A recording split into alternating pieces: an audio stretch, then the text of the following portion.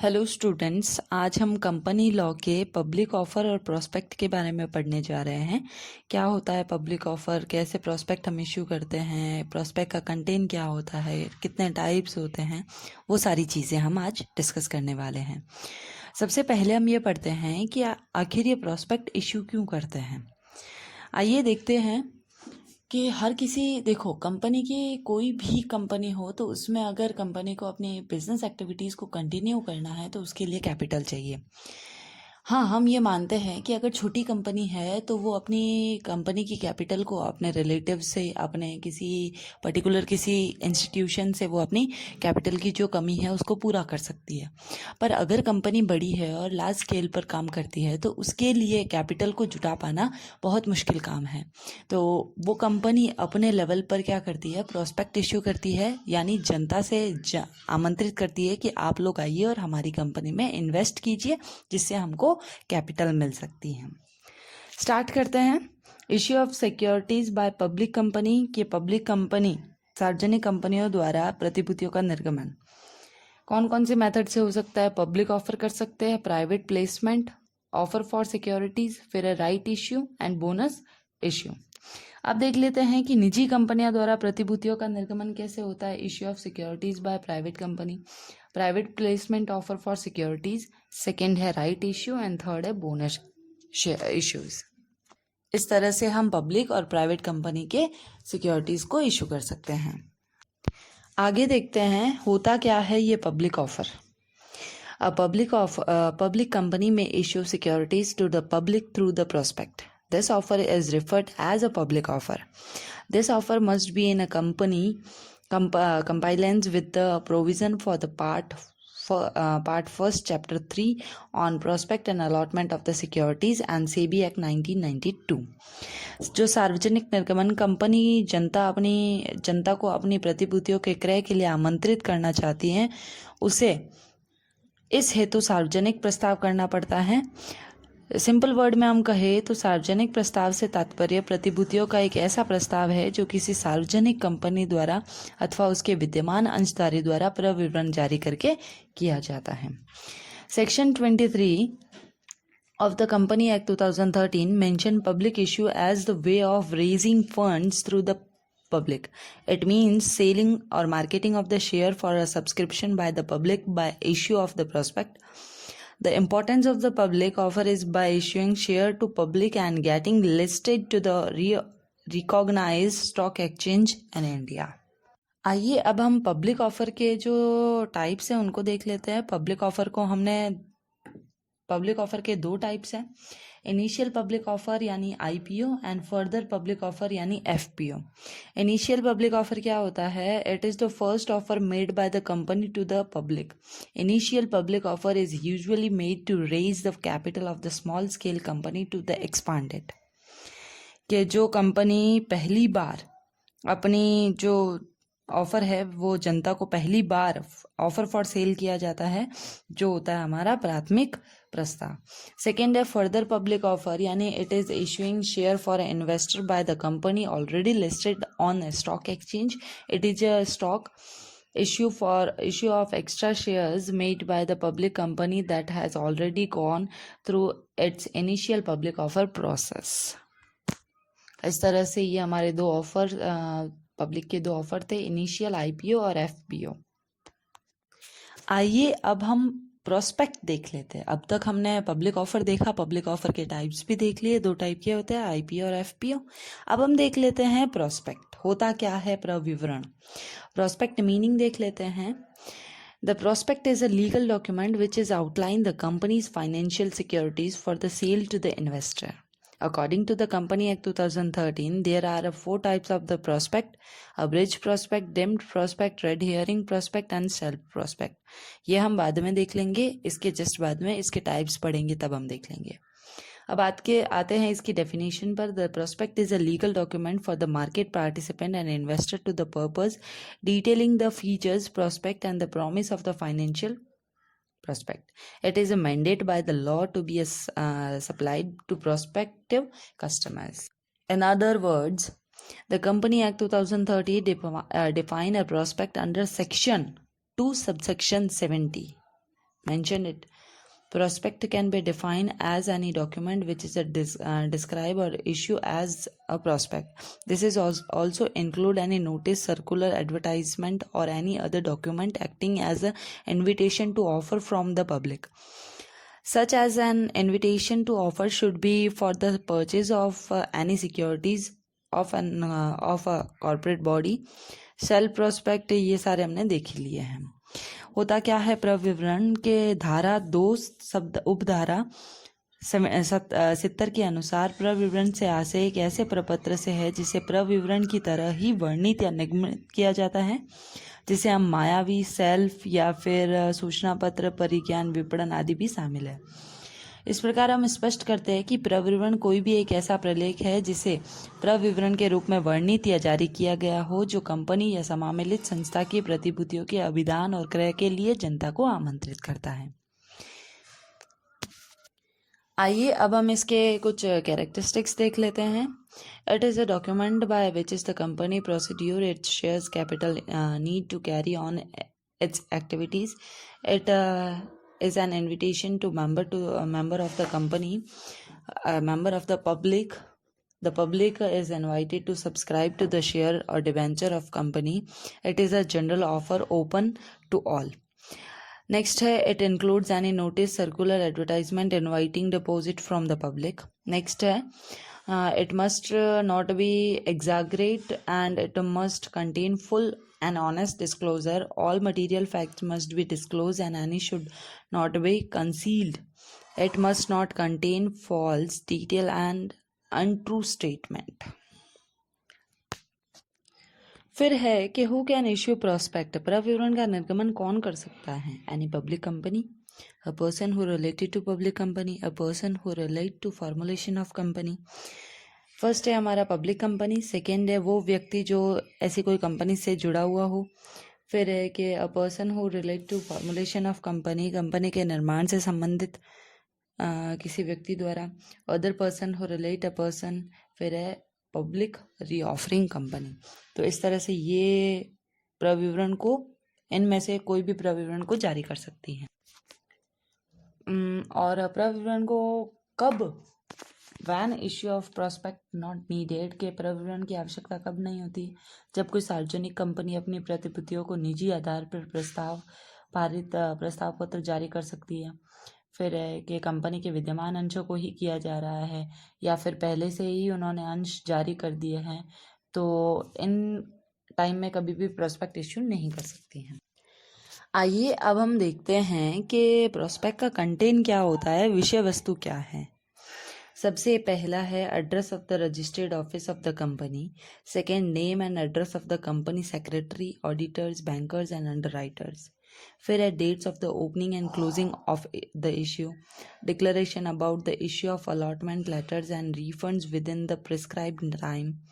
फिर है a statement by boards of director about the separate bank account where all money receive out of the share issued are to be transferred. Detail about underwriting of the issue. Constraint of director, auditors, bankers to the issue expert opinion, if any. The authority for the issue and the detail of the resolution passed therefore. फिर है procedure and time schedule for allotment and issue of securities. Next, capital structure of the companies. Next, main object and the present business of the company and its location. फिर है minimum subscription amount payable by way of premium issue of shares otherwise than on cash. Detail of directors including their appointment and remuneration and disclosure about source of promoters and contributions. इस तरह से हम बता सकते हैं कि हमारी company के प्रोस्पेक्ट के क्या क्या कंटेंट होते हैं.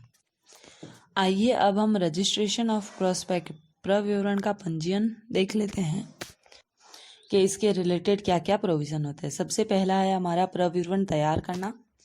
प्रविवरण तैयार करने का मतलब ये होता है कि उनमें प्रविवरण में उन सभी बातों का उल्लेख होना चाहिए जो धारा 26 के प्रावधानों तथा इसके अधीन बनाए गए नियमों के निर्धारित हो।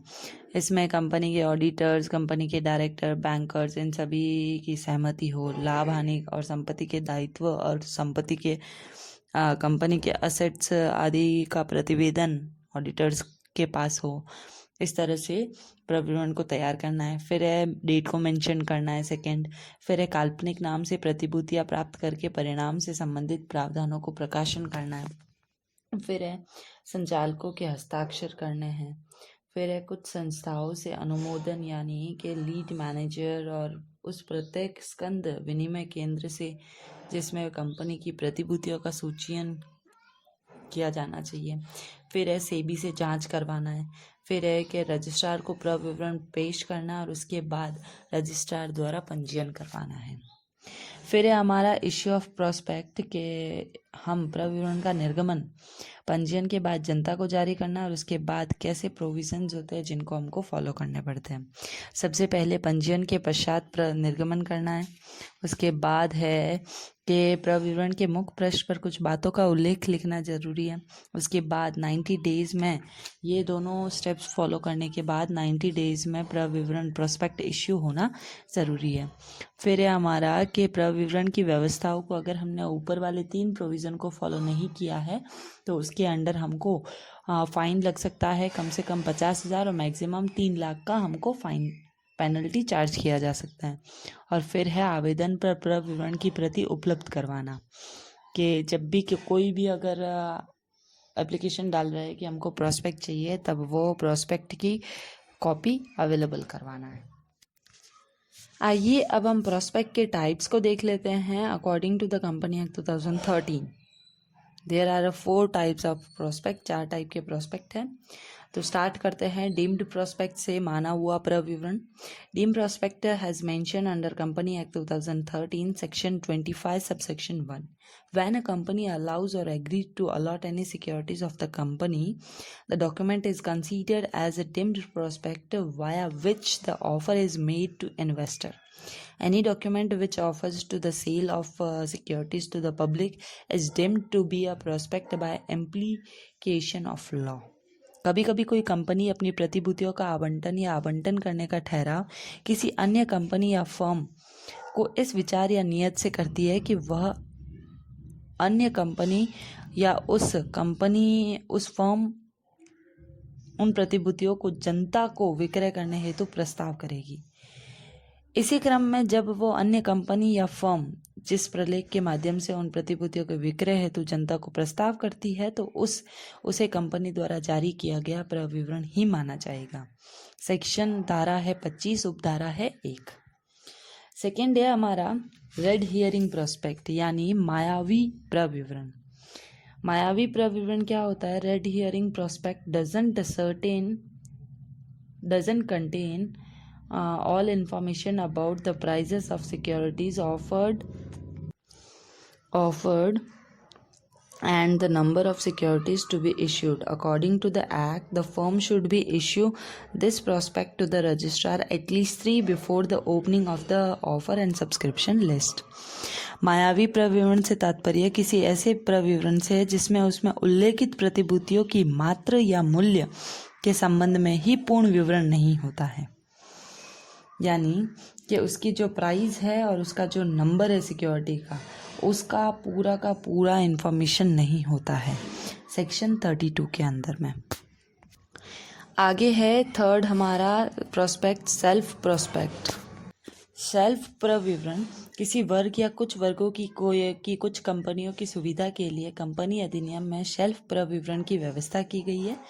शेल्फ प्रविवरण के प्रावधान के कारण उन कंपनी को प्रतिभूतियों के प्रत्येक निर्गमन के लिए प्रविवरण तैयार या रजिस्ट्रार से पंजीयन नहीं कराना पड़ेगा।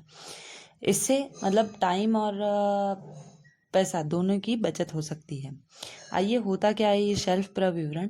एक प्रविवरण है जो उन प्रतिभूतियों या वर्गों की प्रतिभूतियों जिसका उसमें उल्लेख किया गया है कि निश्चित अवधि में एक या अधिक निर्गमों के लिए और प्रविवरण किए बिना अभिदान हेतु जारी कर सकती है। यानी कि एक ऐसा प्रविवरण है जिसमें हम जिन जिन सिक्योरिटीज़ को मेंशन किया गया है उन सिक्योरिटीज़ को वो कभी भी इशू कर सकती है, उसके लिए बार बार उनको सब्सक्रिप्शन जारी करने की कोई ज़रूरत नहीं होती है।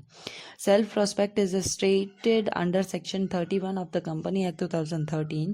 Self prospect is issued when a company or any public financial institute offer one or more securities to the public. A company shall provide a validity period of the prospect, which should be not more than 1 year. The validity period start with the commencement of the first offer. There is no need for the prospect on further offer. The organization must provide an information memorandum when filing the self prospect. फिर इसका fourth है abridge prospect संक्षिप्त प्रविवरण। संक्षिप्त प्रविवरण से तात्पर्य ऐसे विवरण पत्र से है जिसमें प्रविवरण की ऐसी विशेषताएं होती है जो सेबी द्वारा विनिमय बनाकर निर्धारित की जाती है। Abridge prospect is a memorandum containing all silent feature of the prospect as specified by SEBI. This type of prospect include all the information in brief which give a summary to the investor to make further decision. A company cannot issue an application form for the purchase of security unless an abridged prospect accompanies such a form. इस तरह से ये हमारे 4 types थे company prospect के। आइए अब हम आगे देख लेते हैं कि प्रविवरण में मिथ्या कथन या असत्य कथन, मिस स्टेटमेंट और अनट्रू स्टेटमेंट होता क्या है। कि किसी ऐसे कथन या विवरण से है जो प्रविवरण सम्मिलित किए गए रूप या संदर्भ में भ्रामक या गुमराह करने वाला हो। यदि प्रविवरण में किसी ऐसे विवरण या कथन या तथ्य को सम्मिलित नहीं किया जाता है तो जिसे सम्मिलित करना आवश्यक होता है तो वह प्रविवरण माना जा सकता है। Miss statement in a prospect contain the information which is relayed on by public or either subscribe or purchase the securities of the company. If they contain any misstatement, then it would invite serious consequences. Any statement that the incorrect or misleading is included the prospect, then it would be termed as a misstatement in a prospect. Any inclusion or omission of the fact which is likely to mislead the public shall also be termed as a misstatement. Where a matter which is a material enough has been omitted from the prospect and such omission is like to mislead the public, the prospect will be deemed to be a prospect with an incorrect statement.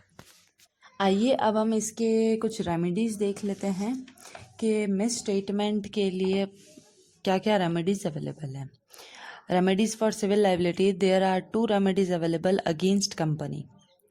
सबसे पहली जो remedies होती है वो company के against company मिलती है और सेकेंड है डायरेक्टर और ऑडिटर और इनके अगेंस्ट मिलती है। तो आइए सबसे पहले पढ़ते हैं against company. Revocation of the contract, सबसे पहला, the person who purchase the securities can cancel the contract, the money will be refund to him which he paid to the company. Company को वापस देनी पड़ सकती है उसकी जो भी उसने कॉन्ट्रैक्ट किया है, वो अनुबंध का निरस्तीकरण कर सकता है। फिर सेकेंड है damage for fraud. After revocation the share holder can claim damage for the company by feeling an case in the court. Company पर ये चार्ज भी क्लेम कर सकता है वो डैमेज के लिए, फ्रॉड के लिए, कि आपने फ्रॉड किया, उसका डैमेज हुआ मुझे। अब आगे remedies against the director, promoters and authorise person who issue the prospect. सबसे पहला है उसमें damage for miss statement, compensation will be given to the share holder for the loss by the director, promoter and the authorized person. Second है damages for non-disclosure, fine of 50,000 and recovering the damage must be given by the people who mislead the purchaser from the one that is chargeable for the damages. हमने संचालक प्रवर्तक यानी director promoters और जो भी हमारे auditors के liabilities हैं उनको दो पार्ट्स में डिवाइड किया। सबसे पहली है सिविल लाइबिलिटी, सेकेंड है हमारी क्रिमिनल लाइबिलिटी। तो आइए देख लेते हैं civil liability. Civil liability for miss statement in prospect where a person has subscribe for securities of company acting on any statement include or inclusion of omission of any matters in the prospect which is mislead and has sustained any loss or damage as consequences thereof the companies, and every person who is director of the company has authorized himself by name and his name in the prospect as the director of the company is the promoter of the company has authorized the issue of the prospect. इस तरह से हम बता सकते हैं। ये हमारा इसका सिविल लाइबिलिटी का सेक्शन है 35। सेकेंड है सिविल लाइबिलिटी का, no person shall be liable under the sub section 1 if he proves that having the consent to the become a director of the company he withdraw this his consent before his issue in the prospect and that was issues without his authority. अगर वो साबित कर दे कि उसकी सहमति के बिना prospect को इशू किया गया था, तब वो उस लाइबिलिटी से फ्री हो सकता है। अब आइए क्रिमिनल लाइबिलिटी को देख लेते हैं। Section 63 of the company act deals with the criminal liability for miss statement in prospect where a prospect issue circulate or distribute include any statement that is untrue or mislead in any form in which it is include or where any inclusion or omission of any matters is likely to mislead every person who authorise such issue of the prospect shall be liable for fraud. कोई भी अगर company के prospect के साथ ऐसा कोई form या ऐसा कोई डॉक्यूमेंट अटैच है जो मिसलीड करता है, उसके लिए वो फ्रॉड माना जाता है। Fraud under section 447 comprise for an act omission concealment of any fact with an intent to deceive, gain undue advantage or to injure the interest of any company। फिर a punishment for misstatement if a person is found to be guilty for the offense of fraud, then that the person shall be punished with imprisonment for the terms that shall be not less than 6 months or may be extended to 10 years। तो इस तरह से हम अपनी criminal liability को define कर सकते हैं। हमने आज पब्लिक ऑफर देख लिया, फिर प्रोस्पेक्ट देख लिया, प्रोस्पेक्ट का कंटेंट क्या क्या होता है, साइलेंट फीचर्स क्या थे, प्रोस्पेक्ट के चारों टाइप्स पढ़ लिए। उसके बाद प्रोस्पेक्ट में मिस स्टेटमेंट का कैसे होता है, उसके क्या क्या रेमेडीज़ अवेलेबल है, उसकी क्रिमिनल और सिविल लाइबिलिटीज़ क्या है, वो सारी हमने आज देख ली। आज की क्लास हम यहीं ख़त्म करते हैं। Thank you.